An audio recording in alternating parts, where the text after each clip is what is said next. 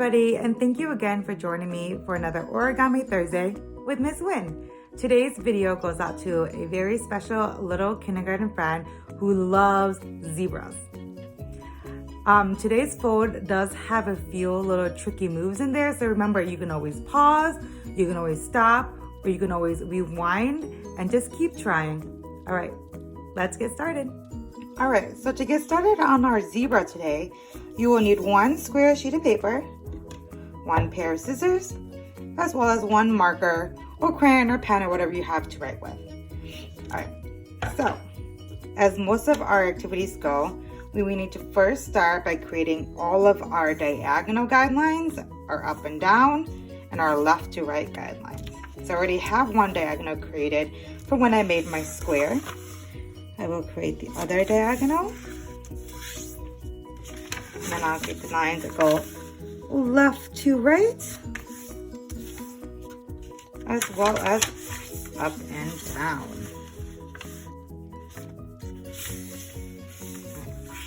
So now that you have all of your base guidelines folded, we're going to start by first turning our square paper over diagonally and folding it in half into a triangle. Our next step is that we're going to take this bottom left corner and we're going to fold it to match this guideline to the top tip, like that. When you're done, we're going to flip this over and do the same thing again. Bottom left to top tip. All right. Now that that's done, I'm going to turn mine over just a little bit to the left so that I can have easier management. So now that we've created those base guidelines again, we're going to unfold this and stand it up, and we're actually going to do a push fold. We're going to stand this up, take our finger, we're going to tuck it inside, and from my outside hand, I'm going to push fold it down, and it's going to create a little square base. If you joined me last week, this is the same base that we used to make our origami cranes. So once again, that flap, we're going to stand it up, tuck our finger inside, and push fold down with our outside hand. All right, so now that that's done, I'm going to reposition my fold so that I can manage it a little more easily. This closed tip, I'm going to put on top, and the open end, I'm going to put on the bottom. All right, so now we're going to fold these bottom right and bottom left sides to meet our middle guideline.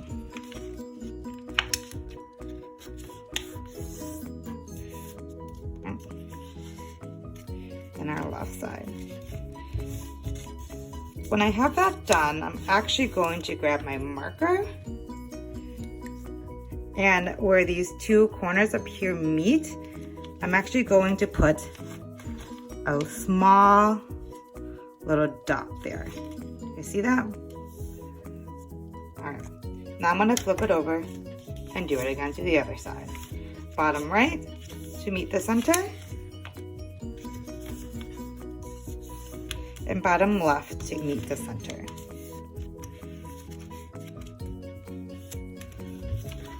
And now I'm going to take that marker, I'm going to put another little dot right underneath where those two flaps meet. And this is going to help me guide my scissors when I'm cutting its legs. I know that there are some true origamists out there who believe that when you cut the paper, it's no longer origami. But I don't really know another way to make origami legs.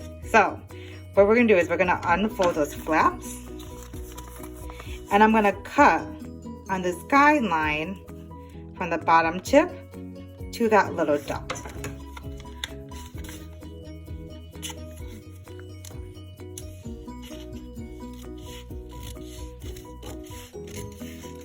And I'm going to do it to both sides. So that's cut. I'm going to do the same to this side.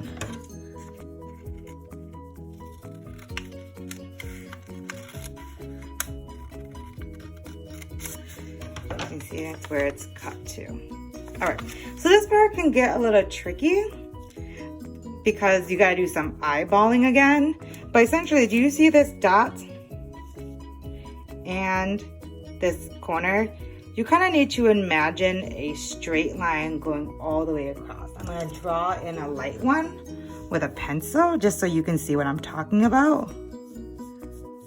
Just like that. Kind of need to imagine there's a straight line, and that's the line that we're going to fold up on. So on this right side, we're going to imagine that line there, and if you need to draw it in like I did with the pencil, go for it. And we're just going to fold it up open like that. And we're going to do the same to the left side. All right. Kind of looks like a little fox head right now, doesn't it? All right, so when you got those two edges folded up, you're going to fold this right corner to meet this middle corner. And you kind of already have your guideline there to help you. And the same thing to the left. Outside corner to the inside corner along this guideline that's already there. All right. Once you have those two sides folded, we're going to turn this guy over 180 degrees to the other side, and we're going to do the same. We need to see that imaginary straight line from that dot to this corner, and we are going to fold up on it. And now that we have our back legs already finished, we can use that to help us guide.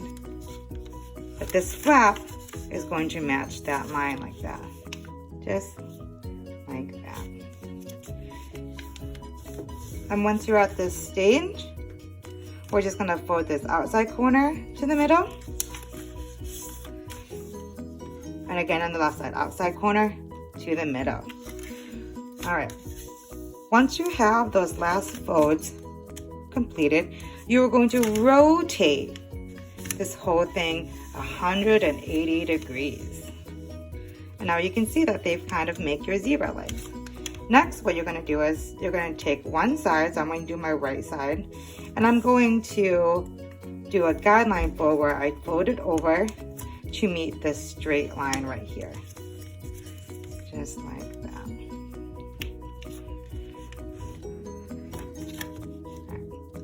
And for up here, I'm going to imagine an imaginary line about the top tip of my right side like this. And that's where I'm going to sideways fold the top. As you can see, it's already starting to take shape. Now what I'm going to do is I'm going to unfold those guidelines that we just creased, and I'm going to reverse fold them, which means I'm going to push it inside out, outside in, I guess, and fold it down.